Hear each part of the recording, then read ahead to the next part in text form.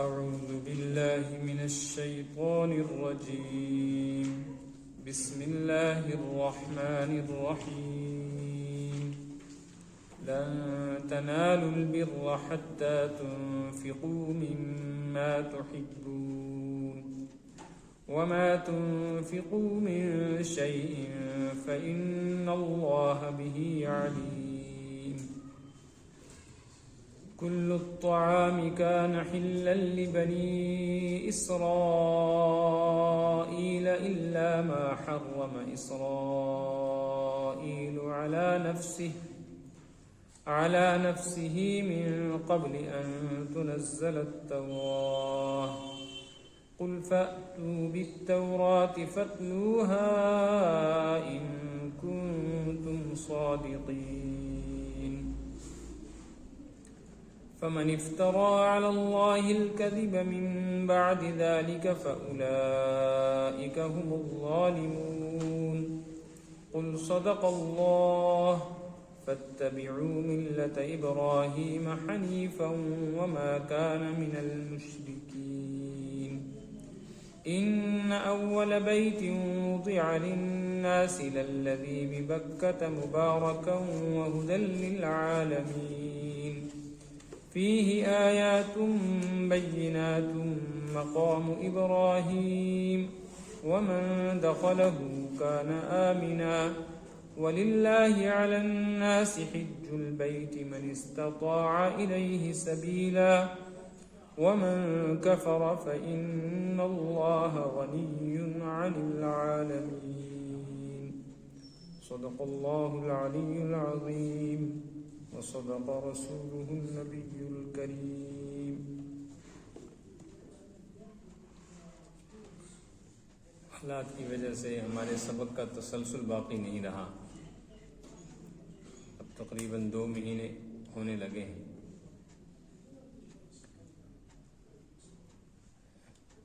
اس لیے خلاصے کے طور پر پچھلے سبق میں جو کچھ بیان کیا گیا تھا وہ سنیے. سورہ آل عمران چل رہی ہے. اس صورت کے بیشتر مضامین کا تعلق یہود و نصارہ کے اعتراضات، ان کے غلط نظریات کی تردید اور توحید، دین اسلام کی حقانیت، اور اس کے ساتھ ساتھ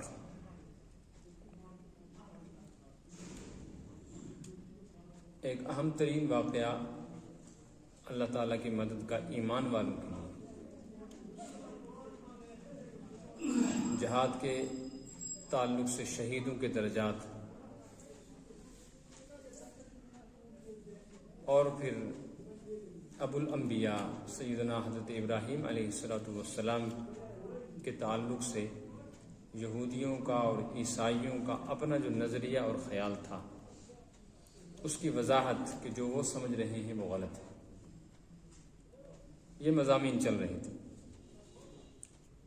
اس صفحے کی یعنی چوتھے پارے کی پہلی آیت لن تنالوا البر حتى تنفقوا مما تحبون وما تنفقوا من شيء فإن الله به عليم، اس کا بیان رمضان المبارک کے پہلے سبق میں ہو گیا تھا.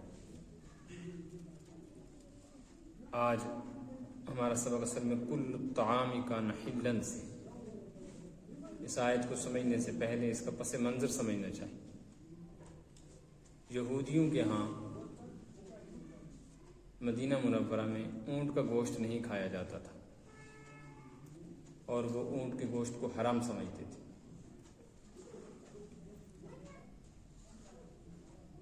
حضرت کعب احبار رضی اللہ تعالیٰ عنہ بڑے اونچے درجے کے یہودی عالم تھے، پھر مسلمان ہو گئے. ایسے حضرت عبداللہ بن سلام رضی اللہ تعالیٰ عنہ، یہ بھی اونچے درجے کے بڑے پائے کے یہودی عالم تھے، پھر مسلمان ہوئے. مسلمان ہو جانے کے بعد اسلامی احکامات میں سے ایک حکم یہ ہے کہ شریعت جس چیز کو حرام کرے وہ حرام ہے، جس کو شریعت حرام نہ کرے اسے کوئی حرام نہیں کر سکتا، وہ حلال ہے. پھر اگر کوئی آدمی طبعاً کوئی چیز نہیں کھاتا نہیں پیتا یا بطور پرہیز نہیں کھاتا پیتا تو کوئی حرج نہیں، لیکن جس چیز کو شریعت ناجائز نہ کہے اس کو ناجائز سمجھنا یا اس سے نفرت کرنا اس بات کی دلیل ہے کہ اسلام اس کے دل کے اندر ابھی مضبوطی کے ساتھ اپنی جگہ نہیں لے پایا. اونٹ کے گوشت کھانے کا مسئلہ پیدا ہوا تو انہوں نے گوشت نہیں کھایا. یہ خبر حضور اکرم صلی اللہ علیہ وسلم تک بھی پہنچی اور پھر اس پر آیت نازل ہوئی تھی یا ایھا الذین آمنوا ادخلوا فی السلم کافہ، دوسرے پارے کے بالکل نصف پر وہاں یہ مضمون آ چکا ہے. البتہ یہ جو آیت ہے اس کا پس منظر تفصیل کے ساتھ یہ ہے کہ یہودی اونٹ کا گوشت نہیں کھاتے تھے اور وہ مسلمانوں پر اعتراض کرتے تھے کہ تم اونٹ کا گوشت کھاتے ہو، جبکہ تم یہ کہتے ہو کہ ہم حضرت ابراہیم علیہ السلام کے طریقے پر ہیں. تم کیسے حضرت ابراہیم کے طریقے پر ہو سکتے ہو جبکہ حضرت ابراہیم کی شریعت میں اونٹ کا گوشت حرام تھا. اس لیے یہودیوں کا خیال یہ تھا، ان کا کہنا یہ تھا کہ اصل ابراہیمی ہم ہیں، کہ حضرت ابراہیم کی شریعت میں اونٹ کا گوشت حرام تھا، ہم بھی اونٹ کا گوشت نہیں کھاتے. تم کھاتے ہو اس لیے تم ابراہیمی. اس پر یہ آیت نازل ہوئی کل الطعام کان حلا لبنی اسرائیل، ہر کھانا بنی اسرائیل کے لیے حلال تھا، حرام نہیں تھا. ہر کھانے کا مطلب ہے ہر وہ چیز جو شریعت محمدی میں حلال ہے یہ حضرت ابراہیم علیہ السلام کی شریعت میں بھی حلال ہی تھی، حرام نہیں تھی. لہٰذا اونٹ کا گوشت اگر مسلمان کھاتے ہیں ان کے لیے حلال ہے تو اس کا مطلب ہے حضرت ابراہیم کی شریعت میں بھی یہ حلال تھا. پھر یہودی جو کہتے ہیں وہ جھوٹ بولتے ہیں. الا ما حرم اسرائیل علی نفسی، البتہ حضرت اسرائیل نے خود اپنے اوپر جو چیز حرام کی تھی وہ بنی اسرائیل پر کسی وقت تک حرام رہی. وہ کیا تھی کہ حضرت ابراہیم علیہ السلام نے ایک مرتبہ نظر مانی تھی، جیسے ہم منت مانتے ہیں. ایک مرتبہ نظر مانی تھی اپنے کسی کام کے لیے کہ میرا مسئلہ ہو جائے تو جو میری سب سے پسندیدہ غذا ہے میں وہ نہیں کھاؤں. تو انہوں نے خود، نبی کی نظر تھی اس لیے انہوں نے خود اپنے اوپر اونٹ کے گوشت کی ممانعت کر دی تھی کہ میں نہیں کھا سکتا. نبی نے چونکہ نہیں کھایا، انہوں نے اپنے اوپر اس کو مباح نہیں رکھا، لہٰذا یہودیوں پر بھی یہ مباح نہیں رہا. حضرت یعقوب کی امت پر اونٹ کا گوشت مباح نہیں رہا. بعد میں حضرت موسیٰ آئے، حضرت موسیٰ علیہ السلام آئے تو ان کی شریعت سے ہی یہودی آگے چلے ہیں. یہودیوں کی اصل پہنچ تو حضرت موسیٰ علیہ السلام. حضرت موسیٰ علیہ السلام کے زمانے میں تو حلال ہو گیا تھا. البتہ یہ وہ اپنے حضرت یعقوب علیہ السلام کے اس ایک واقعے کو لے کر آج تک اونٹ نہیں کھاتے، اونٹ کا گوشت نہیں کھاتے. یہ ان کی غلط فہمی، غلط نظریہ ہے اور اس کو یہ حضرت ابراہیم کی طرف منسوب کرتے ہیں. یہ دوسرا بہتان اور جھوٹ ہے. اور پھر یہ کہتے ہیں کہ وہاں سے لے کے آج تک یہ حرام ہی تھا. یہ اور ایک افطراء اور اللہ کے اوپر ایک بہتان ہے. الا ما حرم اسرائیل علی نفسہ من قبل ان تنزل التوراۃ، ہاں حضرت اسرائیل نے تورات نازل ہونے سے پہلے جو چیز حرام کی تھی اپنے آپ پر وہ حرام. جب تورات نازل ہو گئی تو تورات میں بہت ساری چیزیں جو حرام تھی وہ حلال کر دی. اب بھی اگر یہ نہیں مانتے تو پھر آپ ان سے کہہ دیجئے قل فأتوا بالتوراۃ، تورات لے کے آؤ، تمہارے پاس ہے، اس کو پڑھو تو تم کو پتہ چل جائے گا کہ تورات میں اونٹ کے گوشت کے حلال ہونے کا حکم ہے. اس سے پتہ چلا یہودی بھی نہیں، یہ اپنے پیغمبر کی بات بھی ماننے کو تیار اور ایسے جھوٹے ہیں کہ اسلام اور مسلمانوں پر اور اللہ کے رسول صلی اللہ علیہ وسلم پر بہتان لگانا، افترا بازی کرنا، جھوٹ بولنا، الزام لگانا تو ان کی فطرت میں ہے. یہ تو اپنے پیغمبروں کو بخشتے نہیں ہیں، ان پر الزام لگاتے ہیں. اپنی شریعتوں کے حلال کو حرام کہتے ہیں، حرام کو حلال کہتے ہیں. آپ فرما دیجیے فأتوا بالتوراۃ، تورات لے کے آؤ، فتلوہا، اس کی تلاوت کرو، اسے پڑھو، اسے دیکھو، ان کنتم صادقین، اگر تم سچے ہو تو پھر ثابت کرو تورات سے کہ اونٹ کا گوشت حرام ہے. فمن افترى علی اللہ الکذب من بعد ذلک، حق واضح ہو جانے کے بعد بھی جو آدمی اللہ پر بہتان باندھے فَأُولَٰئِكَ هُمُ الظَّالِمُونَ، تو یہی لوگ نا انصافی کرنے والے ہیں، حد سے زیادہ بڑھنے والے ہیں، اپنے اوپر زیادتی کرنے والے۔ قُلْ صدق اللہ، آپ کہہ دیجئے ان سے کہ اللہ سچ فرما چکا ہے، جو اللہ کہتا ہے وہ حق ہے، وہ سچ ہے، جو تم کہتے ہو وہ جھوٹ ہے، وہ غلط ہے۔ فَاتَّبِعُوا مِلَّةَ إِبْرَاهِيمَ حَنِيفًا، اگر تم اب بھی حضرت ابراہیم کا نام لیتے ہو تو پھر پورے حضرت ابراہیم کے دین میں داخل ہو جاؤ، اور اس دین میں پورے طور پہ داخل ہونے کا مطلب ہے کہ مسلمان بن جاؤ،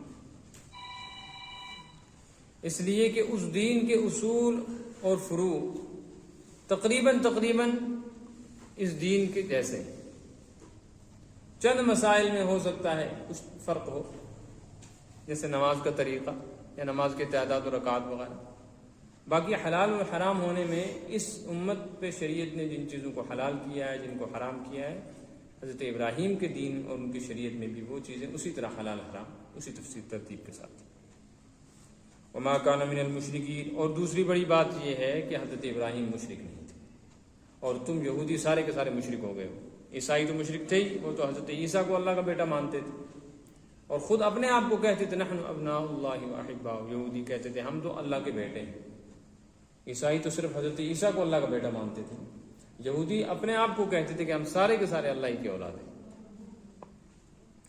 تو یہ کیسے ممکن ہے کہ ایک مشرک ذہنیت رکھنے والا اور مشرکانہ عقیدے کا آدمی اپنی نسبت حضرت ابراہیم کی طرف کرے، جنہوں نے توحید کے لیے قربانیاں دی اور توحید کا سب سے عظیم مرکز روئے زمین کے اوپر دوبارہ کھڑا کیا، بیت اللہ شریف کی تعمیر، جو توحید کا محور اور مرکز قیامت تک کے لیے بن گیا۔ یہ تو ان آیات کی تفسیر اس کا مطلب تھا۔ یہاں ایک ضروری مسئلہ سمجھ لینا چاہیے، شرعی حکم یہ ہے کہ جو چیز حلال ہے اسے شارع کے سوا کوئی حرام نہیں کر سکتا۔ شارع سے مراد پیغمبر، اب چونکہ پیغمبر موجود نہیں ہے، نہ کوئی نبی آ سکتا ہے، لہٰذا جو چیزیں حلال ہیں ان کو کوئی حرام نہیں کر سکتا، اور جو چیزیں حرام کر دی گئی ہیں نبی کے سوا ان کو کوئی حلال نہیں کر سکتا۔ اس لیے آپ صلی اللہ علیہ وسلم کے بعد چونکہ کوئی نبی نہیں آئے گا تو شریعت نے جن چیزوں کو حرام قرار دے دیا ہے ان کے حلال ہونے کی کوئی صورت ہی باقی نہیں ہے، اب وہ ہمیشہ کے لیے حرام ہے، چاہے ان کی شکل اور نام کیوں نہ بدل دیے جائے، وہ حرام ہی رہے۔ دوسرا مسئلہ، کیا کوئی آدمی حلال یا عام استعمال ہونے والی چیز کو اپنے اوپر حرام کر سکتا ہے؟ جیسے کہ حضرت یعقوب علیہ السلام نے اونٹ کے گوشت کو جو سب سے زیادہ مرغوب تھا اپنے اوپر حرام کر لیا، یا ایسے ہی کسی جائز چیز کو اپنے لیے ناجائز کر سکتا ہے؟ اس آیت سے تو یہ معلوم ہوتا ہے کہ پیغمبر نے ایسا کیا ہے، لیکن 28واں پارہ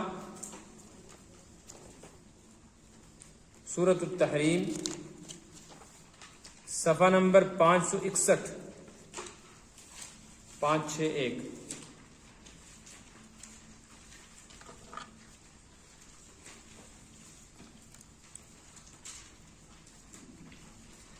کھل گیا؟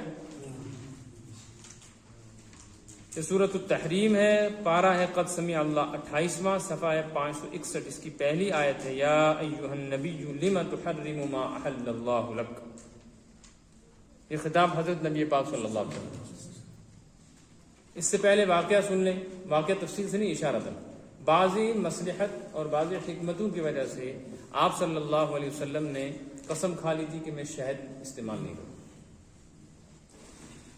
اپنے گھریلو کسی مسئلے کی وجہ سے۔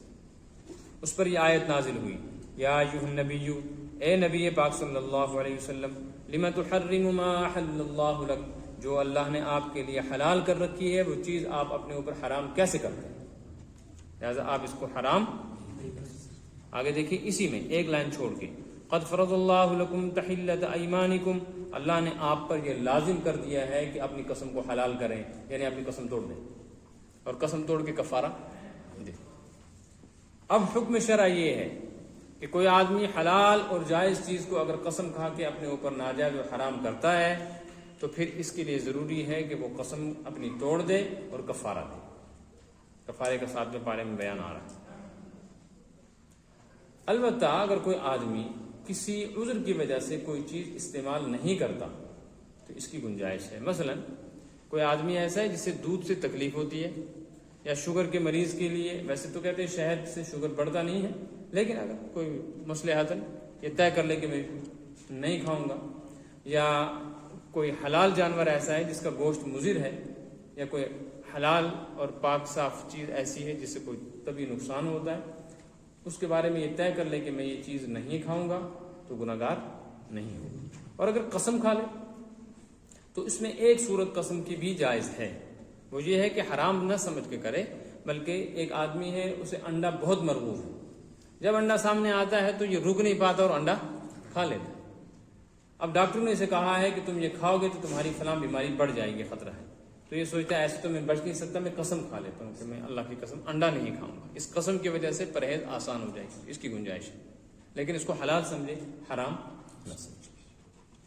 الا یہ کہ ایک چیز ایسی ہے، اگر کسی نے اپنی بیوی کو جو حلال تھی اپنے اوپر حرام کر دیا، کیونکہ حلال چیزوں میں ایک بیوی ہے، تو پھر وہ قسم کیسے ٹوٹے گی؟ اس کے لیے پھر کسی عالم سے شرعی صورت پوچھیں۔ وہ ایسے عام قسمیں جیسے توڑ دی جاتی ہیں ایسے نہیں ٹوٹ سکتی۔ جیسے ایک آدمی نے قسم کھائی کہ میں اللہ کی قسم دودھ نہیں پیوں گا، شریعت کا حکم یہ ہے کہ اگر کوئی عذر نہیں ہے تو اس کو اپنی قسم توڑ کے دودھ پی لینا چاہیے اور پھر کفارہ دینا چاہیے۔ تو ایسے کسی آدمی نے قسم کھا لی کہ خدا کی قسم میں اپنی بیوی کے پاس نہیں جاؤں گا، تو اب پھر تفصیل ہے کہ اس قسم سے مراد اگر اس کی طلاق ہے تو طلاق بائن پڑ جائے گی، دوبارہ نکاح کرنا پڑے گا، نکاح کے بغیر یہ حلال نہیں ہے۔ اس لیے بیوی کے سلسلے میں اگر کسی آدمی نے ایسی قسمیں کھائی ہیں تو وہ اپنی قسم، نیت اور الفاظ اس کی پوری تفصیل کسی عالم کو بتا کر پھر وضاحت سے اس کا مسئلہ معلوم کرے کہ اس صورت میں اگر یہ حرام ہوئی ہے تو حلال ہونے کے لیے شرعی طریقہ کار کیا ہے۔ مثلا ایک آدمی اپنی بیوی کو اپنے اوپر ایسے حرام کر دے کہ تیری کمر، تیرا پیٹ، تیرا سینہ، مثلا میرے لیے ایسے حرام ہے جیسے اپنی بیٹی کا پیٹ، اپنی بیٹی کا سینہ، کمر، ٹانگ وغیرہ کوئی جسم کے کسی حصے کا نام ہو تو یہ بیوی حرام ہو جائے گی اور اس کے قریب جانے کی اجازت نہیں ہوگی۔ قسمی کا اطلاق نہیں دی۔ اچھا، طلاق کی نیت بھی نہیں ہے، صرف اپنی کسی ایسی عورت اپنے گھر اور رشتے کی جس کے ساتھ ہمیشہ ہمیشہ اس کا نکاح حرام ہے، ماں، بہن، بیٹی، دادی، نانی، سگی خالہ، کسی محرمات میں سے کسی عورت کے جسم کے کسی حصے کے ساتھ اپنی بیوی کے جسم کے حصے کو تشبیہ دے کہ تمہارے جسم کا فلاں حصہ میرے لیے یا تمہارا پورا جسم میرے لیے ایسے حرام ہے جیسے میرے لیے اپنی بیٹی کے جسم۔ طلاق کی نیت نہیں ہے تو اس کو کہتے ہیں زہار۔ ایسی صورت میں نہ نکاح کرنے سے حلال ہوگی، نہ توبہ کرنے سے حلال ہوگی، نہ قسم توڑنے سے وہ حلال ہوگی۔ کفارہ دینا پڑے گا، اور کفارہ ہے لگاتار بغیر ناغہ کیے 2 مہینے 60 دن کے روزے رکھ۔ اگر 59 روزے رکھ کر ایک توڑ دیا تو نئے سر سے پھر یہ ترتیب پوری کرنی پڑے گی۔ درمیان میں عید نہیں آنی چاہیے، اگر عید آ گئی، عید کی وجہ سے روزہ ٹوٹا تو تب بھی صحیح نہیں، اور رمضان سے پہلے شروع کیا تھا بیچ میں رمضان آ گیا تو رمضان کے روزوں کی وجہ سے وہ ترتیب ٹوٹ گئی، پھر دوبارہ سے رکھنے پڑے۔ تو صورت الگ ہے، بیوی کے حرام ہو جانے کی صورت میں اس کی تفصیل میں نے آپ کو بتا دی۔ تو ضروری ہے کہ ایسے مسائل میں عالموں سے وضاحت معلوم کریں۔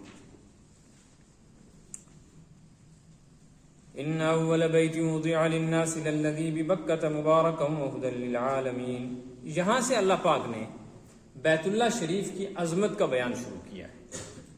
یہودیوں کا قبلہ بیت المقدس اور مسلمانوں کا قبلہ بلکہ انبیاء کا قبلہ بیت اللہ شریف، اور آپ صلی اللہ علیہ وسلم نے دونوں قبلوں کی طرف اپنا رخ مبارک فرما کر نماز ادا کی ہے، ابتداء میں بیت المقدس کی طرف، مسجد اقصیٰ کی طرف۔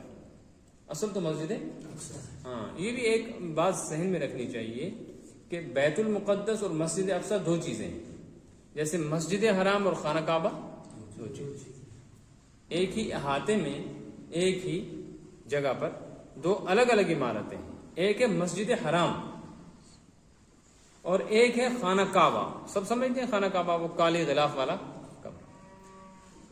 تو اصل کعبہ یعنی قبلہ جو ہے وہ بیت اللہ شریف ہے، خانہ کعبہ، مسجد حرام قبلہ نہیں۔ مسجد حرام چاروں طرف ہے، درمیان میں ہے جو لوگ دور ہیں، بیت اللہ شریف ہماری نظروں سے غائب ہے، ہمارے لیے جہت کعبہ قبلہ ہے، یعنی جس طرف کعبہ شریف ہے۔ اب جب ہم ادھر چہرہ کر کے نماز پڑھتے ہیں اور امام صاحب یا نمازی کے ماتھے سے کوئی رسی اور دھاگا، کوئی تار کھینچ کر آدمی سیدھا لے جائے، یہ ضروری نہیں ہے کہ ہماری مسجدوں کے ممبر و محراب خانہ کعبہ کے ساتھ جا کے ملیں، یہ دائیں بھی ہو سکتے ہیں، بائیں بھی ہو سکتے ہیں۔ اس لیے عام طور پہ کہا جاتا ہے قبلہ اصل میں مسجد حرام ہے۔ اصل میں کا مطلب یہ ہوتا ہے عام لوگوں کے لیے، جو وہاں ہیں ان کے لیے کعبہ شریف، جن کے سامنے کعبہ ہے، وہ تو ذرا سے بھی کعبہ سے ادھر ادھر مڑ جائیں گے تو ان کی نماز نہیں ہوگی۔ اسی لیے خانہ کعبہ کے چاروں طرف جو نماز پڑھتے ہیں ان کا رخ سیدھا بیت اللہ شریف کی طرف ہوتا ہے۔ لیکن مسجد اقصی اور بیت المقدس جو دو جگہیں ہیں فلسطین میں، ان میں اصل قبلہ جو ہے وہ مسجد اقصی ہے، وہ مسجد ہی قبلہ ہے، مسجد اقصی جس پر ابھی جنگ چل رہی ہے۔ تو مسجد اقصی کی بھی تعمیریں بدلتی رہی، ہوتی رہیں، اور خانہ کعبہ کی تعمیریں بھی مختلف دور میں ہوتی رہیں۔ اللہ پاک نے بیت اللہ شریف کی عظمت، اس کا مقام، مرتبہ اور تمام انسانوں کے لیے اس کا قبلہ ہونا، باعث برکت ہونا، باعث ہدایت ہونا، باعث امن و امان ہونا بیان کیا ہے۔ یہ اشارہ ہے اس طرف کہ جس کعبہ کی تعمیر حضرت ابراہیم علیہ السلام نے کی، اس کعبہ کی طرف چہرہ کر کے نماز پڑھنا ہی اصل ہے، اور جو بیت المقدس یا مسجد اقصی کی طرف نماز پڑھی جاتی تھی وہ اللہ کے حکم سے تھی۔ اللہ پاک نے اس حکم کو تبدیل کر دیا۔ اس کی وجہ یہ ہے کہ اس کی عظمت اور اس کا مرتبہ بڑا ہے بیت اللہ شریف، اور اس کے اصل والی وارث یہودی نہیں۔ تو تم کیسے اپنے آپ کو یہودی کہتے ہو کہ ہم حضرت ابراہیم کے ماننے والے ہیں؟ اس لیے کہ حضرت ابراہیم کا اصل کارنامہ تو بیت اللہ شریف کی تعمیر۔ اگرچہ یہ بات بھی ذہن میں رکھنی چاہیے کہ خانہ کعبہ کی تعمیر بھی حضرت ابراہیم نے کی ہے اور بیت المقدس کی تعمیر بھی حضرت ابراہیم ہی نے کی، دونوں کی 40 سال کا فاصلہ ہے دونوں، پہلے خانہ کعبہ بنایا اس کے 40 سال بعد۔ لیکن حضرت سلیمان علیہ السلام کی طرف منسوب ہے اس کی تعمیر، بیت المقدس کی۔ اس کی وجہ یہ ہے کہ خانہ کعبہ کی ایک بڑی تاریخ ہے۔ روئے زمین کے اوپر سب سے پہلے تعمیر ہونے والا گھر خانہ کعبہ ہے۔ اب اس میں اختلاف ہے کہ یہ علی الاطلاق ہے، یعنی کیا اس سے پہلے کوئی تعمیر تھی ہی نہیں، یا تعمیریں تو تھی لیکن عبادت کے لیے کوئی مرکز نہیں تھا۔ عبادت کے اعتبار سے سب سے پہلی تعمیر بطور قبلہ خانہ کعبہ ہے۔ سمجھ میں آ رہی نا بات؟ بعض حضرات صحابہ میں سے اس کے قائل ہیں کہ جب اللہ تبارک و تعالیٰ نے حضرت آدم علیہ السلام کو زمین پہ بھیجا، اس وقت جہاں کوئی تعمیر تھی ہی نہیں، کوئی انسان ہی نہیں تھا، تو رہتا کون؟ تو جنات رہتے تھے، اور جناتوں کو ایسے مکانوں کی ضرورت نہیں ہوتی۔ اس لیے حضرت آدم علیہ السلام جب تشریف لائے تو حضرت آدم نے آ کر سب سے پہلے اللہ تعالیٰ کا گھر تعمیر کیا، حضرت آدم نے، حضرت حوا نے۔ لہٰذا علی الاطلاق خانہ کعبہ سب سے پہلی تعمیر ہے۔ بعض صحابہ فرماتے ہیں کہ نہیں، مکانات تو تھے اور لوگ بس بھی رہے تھے، لیکن اس کے بعد جب اللہ تعالیٰ نے حکم دیا حضرت آدم کو، تو حضرت آدم نے پھر حضرت آدم نے اپنی اہلیہ کے ساتھ یا اپنے بچوں کے ساتھ مل کے خانہ کعبہ کی تعمیر بھی کی۔ اس کا مطلب ہے عبادت کے اعتبار سے کوئی عمارت دنیا کے اندر تھی نہیں، عبادت کا قبلہ یا مرکز ہونے کے اعتبار سے سب سے پہلا گھر اللہ کا بیت اللہ شریف، اور پھر اس کے بعد تبدیلیاں آتی رہیں۔ ایک زمانے تک وہ اسی کیفیت پر رہا، پھر حضرت نوح علیہ السلام کے زمانے میں سیلاب آیا، بہہ گئے، پھر حضرت نوح علیہ السلام کے بعد دوبارہ بنا۔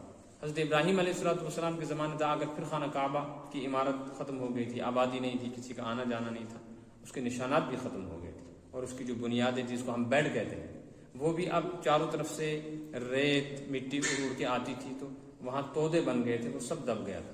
تو حضرت جبرائیل علیہ السلام نے نشاندہی کی، یہاں سے کھودیں، یہاں سے کھودیں۔ حضرت ابراہیم نے کھود کر وہاں سے وہ پرانی بنیادیں نکالی، اس میں بیت اللہ کی تعمیر ہوئی۔ اسی تعمیر کی نسبت سے حضرت ابراہیم کی طرف منسوب ہے بیت اللہ کی تعمیر، اس کو بنائے ابراہیمی کہتے ہیں، حضرت ابراہیم کی بنیاد۔ حضرت ابراہیم کی بنیاد کا مطلب یہ نہیں کہ انہوں نے بنیاد ڈالی، انہوں نے چھپی ہوئی بنیاد کو نکالا، اس پہ اثر نو تعمیر کی، اور یہ پہلے پارے میں آگے وَيَرْفَعُ إِبْرَاهِيمُ الْقَوَاعِدَ مِنَ الْبَيْتِ، آپ کو یاد ہوگا یاد کرو وقت جب ابراہیم نے بیت اللہ کے قواعد کو اٹھایا، قواعد سے مراد ہے بیڈ، اس کا مطلب ہے وہ پہلے سے موجود تھے، اور پھر ایک زمانے تک وہ اسی طرح رہا۔ آپ صلی اللہ علیہ وسلم کے ابتدائی دور میں، یعنی آپ کے نوجوانی کے زمانے میں قریش مکہ نے بیت اللہ کی تعمیر کی، لیکن قریش مکہ نے اپنے زمانے میں بیت اللہ کی تعمیر کی تو جو انہوں نے پیسہ جمع کیا تھا، چندہ کیا تھا، وہ کم پڑ گیا، اس لیے پوری جگہ جو تھی نا بیت اللہ کی اس پہ تعمیر نہیں ہوئی، آدھا حصہ چھوڑ دیا گیا۔ جو آدھا حصہ چھوڑ دیا گیا اس کو کہتے ہیں حتیم۔ آپ صلی اللہ علیہ وسلم نے فتح مکہ کے بعد اس بات کی خواہش فرمائی تھی، حضرت عائشہ فرماتی ہیں کہ میرا جی چاہتا ہے کہ میں جیسے حضرت ابراہیم نے اس کو تعمیر کیا تھا ایسے ہی جو حصہ اس کا باہر ہے اس کو بھی اندر لے، اور 2 دروازے تھے، ایک داخل ہونے کا ایک نکلنے کا، وہ دونوں دروازے دوبارہ بنائے جائیں، لیکن آپ صلی اللہ علیہ وسلم نے پھر ایسا اقدام فرمایا نہیں، اور اس کی وجہ آپ نے یہ فرمائی کہ نئے نئے مسلمان ہوئے ہیں قریشی، تو ان کے ذہن میں آئے گا کہ دیکھو آباء و اجداد کی تعمیر کی نشانی ان نے بدل دیے، تو مصلحتاً یا حکمتاً آپ نے اس وقت ایسا نہیں کیا، لیکن آپ کی چاہت تھی۔ پھر آپ صلی اللہ علیہ وسلم کے اس دنیا سے تشریف لے جانے کے بعد حضرت اسما کے بیٹے حضرت زبیر، حضرت عبداللہ بن زبیر، انہوں نے خانہ کعبہ کی تعمیر کی، اور وہ جیسے آپ صلی اللہ علیہ وسلم کی خواہش تھی اسی خواہش کے مطابق جو حصہ باہر تھا اس کو اندر لے لیا، 2 دروازے بنائے، لیکن اس وقت ایک فتنہ فساد کا ماحول تھا۔ حضرت عبداللہ بن زبیر مکہ مکرمہ میں اس وقت امیر کی حیثیت سے تھے، تو دھوکہ دہی کے ساتھ حملہ کر کے حجاج بن یوسف نے ان کو شہید کر دیا، اور ضد میں آ کر خانہ کعبہ کی عمارت اتار کر پھر قریش مکہ نے جیسے وہ آدھا بنایا تھا ایسے ہی آدھا بنایا اور حتیم کا حصہ باہر نکالا، اور اب تک وہ سلسلہ اسی طرح وہ اب جو تعمیر ہے یہ وہی ہے جو حجاج بن یوسف نے کی ہے۔ البتہ اس میں مرمت وغیرہ ہوتی رہتی ہے، بعد میں غلاف ڈال دیے گئے، پردے ڈال دیے گئے، رنگ روغن پینٹنگ وینٹنگ جو کچھ کی، اس کا دروازہ اونچا کر دیا، پھر ایک دروازہ رکھا، ورنہ اس کا دروازہ بیت اللہ شریف کا بالکل نیچے تھا کہ ہر کوئی داخل ہو سکتا تھا، وہ دروازے اس لیے اونچے کر دیے تھے قریش نے کہ ہم ٹھیکیدار اور ذمہ دار ہیں، تو ہم جس کو اجازت دیں گے وہ جائے گا، ہماری اجازت کے بغیر کو اندر داخل ہی نہ ہو سکے۔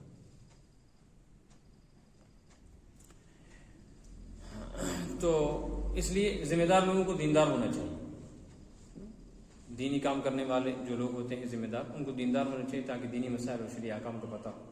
قریش مکہ نے تو جہالت کی تھی، اس سے بڑی جہالت حجاج بن یوسف نے کی کہ صحابی کو شہید کیا، اور پھر ایک کام ہو گیا تھا، اس کے بعد پھر دوبارہ سے وہ قرآنی صورت پہ لائے۔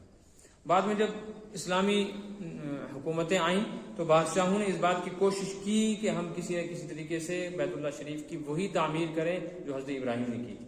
حضرت امام مالک رضی اللہ تعالیٰ عنہ کا زمانہ تھا، وہ مدینہ منورہ میں تھے، ان سے اس بارے میں پوچھا کہ انہوں نے منع کر دیا، اور میں بالکل اس کی اجازت نہیں ہے، میں سمجھتا ہوں اگر ایسا کیا گیا تو آج ایک بادشاہ آیا ہے، وہ اپنا نام نشان رکھنے کے لیے بیت اللہ کی تعمیر اتارے گا، نہیں بنائے گا، کچھ سالوں کے بعد دوسرا بادشاہ آئے گا، وہ کہے گا نہیں میں اپنے نام کا پٹا لگاؤں گا، میں نئی تعمیر کراؤں گا، میں اسے اچھی کراؤں گا، تو ہمیشہ بیت اللہ شریف ہر بادشاہ کے آنے پر اترتا رہے گا اور بنتا رہے گا، اس کی عظمت باقی نہیں رہے گی۔ اور بہت بڑا کام حضرت امام مالک نے یہ کیا جو اس پر روک لگا دی، اور سب اس پر متفق ہو گئے۔ آج حرم شریف میں جا کر دیکھیں تو مسجد حرام کے وہ تمام دروازے جو حضرت صحابہ کی طرف اور حضرت نبی پاک صلی اللہ علیہ وسلم کی طرف منسوب تھے وہ مٹ چکے ہیں، ہر آنے والے بادشاہ نے اپنے نام کا بڑا دروازہ لگا دیا ہے، اور اس پہ بڑے فخر کے ساتھ اپنے نام لکھے ہیں، بورڈ لگائے ہیں، یہ فلاں بادشاہ کے نام کا دروازہ، فلاں بادشاہ۔ تو بیت اللہ کا بھی یہی حال ہوتا ہے، کوئی کہیں سے دروازہ رکھ دیتا ہے، ایک سال دوسری طرف سے ہوتا ہے، تیسرے سال تیسری طرف سے۔ ان اول بیت وضع للناس، سب سے پہلا گھر جو مقرر کیا گیا لوگوں کے لیے، تمام انسانیت کے لیے عبادت کا مرکز۔ یہ الگ بات ہے کہ بعد میں انسانوں میں سے جو مشرک اور کافر ہو گئے انہوں نے اس کو قبلہ مانا ہی نہیں، ورنہ اصلاً تمام انسانیت کے قبلہ کعبہ شریف۔ للذی ببکہ، وہ وہی گھر ہے جو بکہ میں ہے، بکہ سے مراد مکہ۔ مکہ شریف کے بہت سارے ناموں میں سے ایک نام بلد امین ہے، ایک نام مکہ ہے مشہور ہے، اور یہاں قرآن پاک میں بکہ آیا۔ کیونکہ عربی نہیں آتی اس لیے اتنا ہی میں نے بیان کیا، ورنہ اس میں پھر تفصیل ہے کہ بکہ کہاں ہے، یہ تو اصل میں مکہ تھا، بکہ کیسے بن گیا۔ بکہ بھی اس کا ایک نام ہے، علماء فرماتے ہیں، اور یہ بکا سے بنا ہے، بکا کے معنی رونے دھونے کے، جیسے ہم کہتے ہیں آہو بکا ہو رہی ہے، بکا کہتے ہیں رونے کو۔ مکہ کو مکہ اس لیے کہتے ہیں کہ جو بھی ایمان والا وہاں جاتا ہے نا اس کا دل ٹوٹتا ہے، اس کو رونا ضرور آتا ہے، جیسے کہیں رونا نہیں آتا مکہ میں بیت اللہ کا اس کو رونا آتا ہے، جس کا وہاں بھی آنسو نہ نکلے تو اس کا مطلب ہے اس کا دل بہت سخت ہے۔ وہ بیت اللہ جو ہے مبارکن برکت کا مرکز ہے، وہ ہدن اور ہدایت کا مرکز ہے، للعالمین تمام جہانوں کے لیے، یعنی ہر زمانے کے لیے، ہر قوم کے لیے، تمام انسانوں کے لیے یہی مرکز ہے، ہدایت ہے قیامت تک کی۔ مبارکن کا ایک مطلب تو یہ ہے کہ یہاں سے برکتیں تقسیم ہوتی ہیں، دینی بھی اور دنیا بھی، اور ہدن کا مطلب ہے رہنمائی بھی ہوتی ہے۔ رہنمائی کے دو معنی ہیں، ایک معنی اس سے وہی ہدایت کہ اہل حق اور اہل ہدایت کا قبلہ ہے، یہیں سے ہدایت ملے گی، اس سے کٹنے والے کو ہدایت نہیں مل سکتی۔ جو آدمی نماز کا پابند ہو، دن میں 5 مرتبہ چہرہ اپنا بیت اللہ کی طرف کرے، چاہے یہ دور ہو، تو بیت اللہ کی برکت سے اس کو ہدایت ضرور ملے گی۔ جو اپنا چہرہ ہی 5 مرتبہ دن میں بیت اللہ کی طرف نہ کرے، نہ اسے برکت حاصل ہو سکتی ہے، نہ اسے ہدایت مل سکتی ہے۔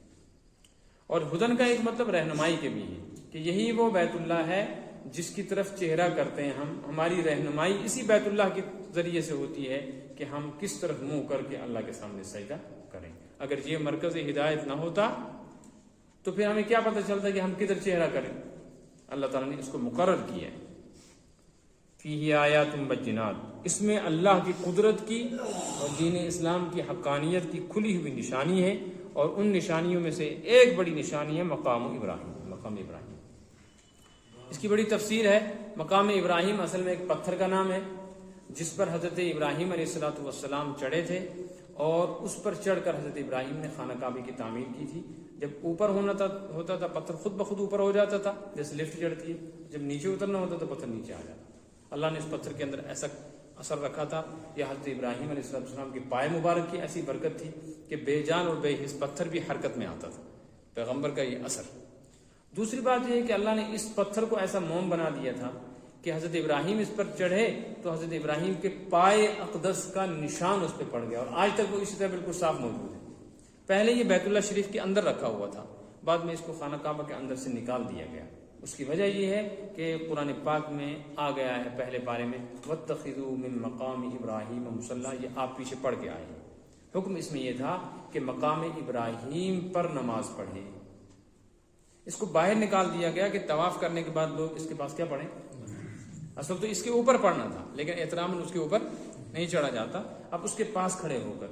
تو اس لیے خانہ کعبہ میں جو حجر اسود ہے اسی سمت میں خانہ کعبہ کی دیوار سے تقریباً کوئی 30 فٹ کے فاصلے پر، 20 فٹ کے فاصلے پر جو جگہ ہے مطاف یعنی صحن میں وہ رکھا ہوا۔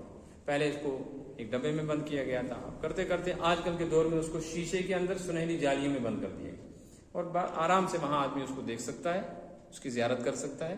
اور حکم یہ ہے کہ طواف کے بعد اسی کے پاس کھڑے ہو کر نماز کی 2 رکعت پڑھی جائے۔ لیکن چونکہ بھیڑ بھاڑ اتنی ہوتی ہے اس جگہ پر خاص طور پہ کہ وہاں کسی کو بھی 2 رکعت نماز پڑھنے کا موقع سوائے فرض نماز کے نہیں ملتا، اس لیے علماء فرماتے ہیں کہ طواف کے بعد کے 2 رکعت بہتر ہے وہاں موقع ملے، یا اس کے آس پاس کہیں موقع ملے تو ٹھیک، نہ پوری مسجد حرام میں جہاں بھی نماز پڑھیں گے ساری مسجد حرام مقام ابراہیم ہی ہے، حضرت ابراہیم ہی کی جگہ ہے۔ اس کی خصوصیت اس پتھر کی ایسی ہے کہ اللہ تعالیٰ نے بیت اللہ کے بیان میں اس پتھر کا بھی ذکر کیا ہے، تو حضرت ابراہیم کا کیا مقام ہوگا اللہ کے نزدیک؟ تو یہ 2 پتھر ہیں دنیا کے اندر، ایک کی نسبت حضرت ابراہیم کی طرف ہے، ایک کی نسبت حضرت آدم علیہ السلام۔ حضرت ابراہیم کی طرف یہی حجر اسود، دوسرا حجر اسود ہے جس کی نسبت حضرت آدم کی طرف ہے کہ وہ جب جنت سے آئے تھے تو جنت سے وہ اپنے ساتھ ایک پتھر بھی لیتے آئے تھے، وہ پتھر دودھ سے زیادہ سفید تھا اور سورج سے زیادہ چمکیلا تھا، حدیث میں آیا ہے۔ لیکن پھر ابن آدم نے اس کو چھوا تو اللہ نے اس کے اندر یہ کشش مغناطیس کی رکھی ہے حجر اسود میں کہ جو اس کو ایمان کے ساتھ ہاتھ لگاتا ہے یہ اس کے جسم کے سارے گناہ اپنے اندر جذب کر لیتا ہے، اور انسانوں کے گناہوں کی وجہ سے یہ پتھر اب بالکل سیاہ ہو چکا ہے۔ ایک مرتبہ بیت اللہ شریف میں آگ کی واردات پیش آئی تھی، اس کی وجہ سے وہ پتھر بھی ٹوٹ گیا تھا، اس کے ٹکڑے ٹکڑے ہو گئے، بند کیا گیا چاندی کے ایک خول میں۔ تو یہ 2 پتھر ہیں۔ وَمَن دَخَلَهُ كَانَ آمِنًا، بیت اللہ شریف کی ایک عظمت اور اس کی ایک خصوصیت یہ ہے کہ جو وہاں داخل ہو جائے، یا تو بیت اللہ کے اندر یا حرم کے اندر، یعنی خانہ کعبہ کے آس پاس کا جو علاقہ ہے، جیسے ہمارا شہر کا میونسپلٹی کا ایریا ہوتا ہے نا، ایسے ہی مسجد حرام اور خانہ کعبہ کے آس پاس شہر میں بہت دور تک، کہیں سے 8 کلومیٹر، کہیں سے 10 کلومیٹر، کہیں سے 15 کلومیٹر، یہ جو ایریا ہے اس کو حرم کہتے ہیں۔ بیت اللہ کی برکت سے اللہ تعالیٰ نے اس کو امن کی جگہ بنایا. جو یہاں چلا گیا من دخلہ، جو داخل ہو گیا اس شہر میں آمن ہے، اس کا امن ہو جائے. اسی لیے شرعی حکم یہ ہے کہ اگر دنیا کا کوئی بڑے سے بڑا مجرم بھی بھاگ کر حدود حرم کے اندر داخل ہو جائے تو اس کو وہاں سزا نہیں دی جا سکتی. اس کو پکڑا جا سکتا ہے، پکڑ کے سزا باہر نہیں، وہاں سزا نہیں دیں گے. احتیاط.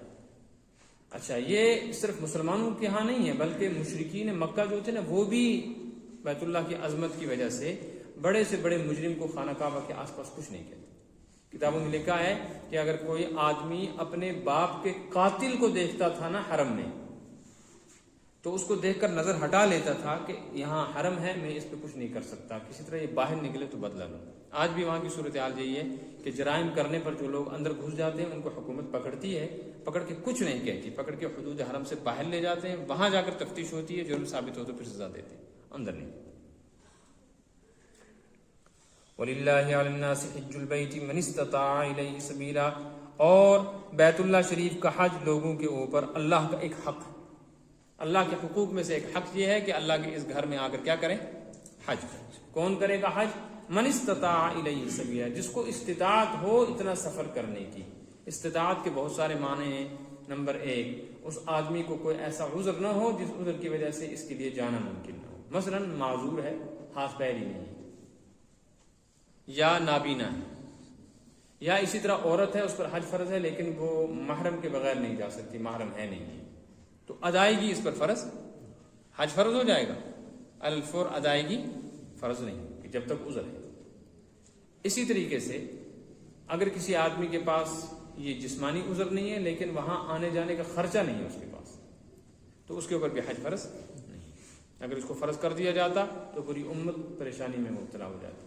تو اس کے لیے شرائط، جس آدمی کو اللہ نے طاقت دی ہے کہ آزار بھی نہیں ہے اور مال و دولت بھی ہے اور وہ اپنے حج کے خرچے برداشت کر سکتا ہے، جتنے دن حج کے لیے سفر میں رہے گا اتنے دن اپنے گھر والوں کے اخراجات بھی برداشت کر سکتا ہے، تو اس آدمی پر حق ہے اللہ کا کہ وہ اللہ کے گھر میں پہنچ کر وہاں حج کرے. اور حج جو کیا جاتا ہے وہ مکہ مکرمہ میں ہے. سارے کا سارا حج بیت اللہ میں نہیں ہوتا، مکہ شہر میں ہوتا ہے، بلکہ حدود حرم سے باہر بھی ہے جیسے عرفات. لیکن چونکہ یہ سب بیت اللہ کی برکت سے ہے اس لیے اللہ تعالیٰ نے خانہ کعبہ کے ذکر میں ہی اس چیز کو بیان کر دیا. ومن کفر، جو اب بھی انکار کرے، یہاں کفر سے مراد انکار کرنا ہے، چاہے وہ عملاً انکار ہو چاہے وہ زبانی انکار. عملاً انکار کا مطلب یہ ہے کہ جس آدمی پر حج فرض ہے، کوئی عذر بھی نہیں، پھر بھی حج نہیں کرتا. اور زبانی انکار کا مطلب ہے کہ وہ حج کو مانتا ہی نہیں. تو اللہ پاک فرماتے فَإِنَّ اللَّهَ غَنِيٌّ عَنِ الْعَالَمِينَ، تو اللہ تعالیٰ بے نیاز ہے، بے پرواہ ہے سارے جہان سے، اس کو کسی کی ضرورت نہیں ہے کہ لوگ آ کر حج کریں، لوگ اس کو خدا مانیں تب وہ خدا ہے، لوگ اس کا انکار کر دیں تب بھی خدا ہے، اقرار کریں تب بھی خدا ہے. ماننے والوں کا اپنا فائدہ، نہ ماننے والوں کا اپنا نقصان. لہٰذا یہودیوں کو یہ بات سمجھنی چاہیے کہ مسلمان ہی اصل وارث ہیں دین ابراہیمی کے، اور مسلمان ہی اصل ہیں جو اپنی نسبت حضرت ابراہیم کی طرف کر سکتے ہیں. اللہ تعالیٰ نے مجھ کو آپ کو یہ نعمت عطا فرمائی کہ وہ یہودی تھے لیکن حضور اکرم صلی اللہ علیہ وسلم کی موجودگی میں بھی وہ لوگ محروم رہے.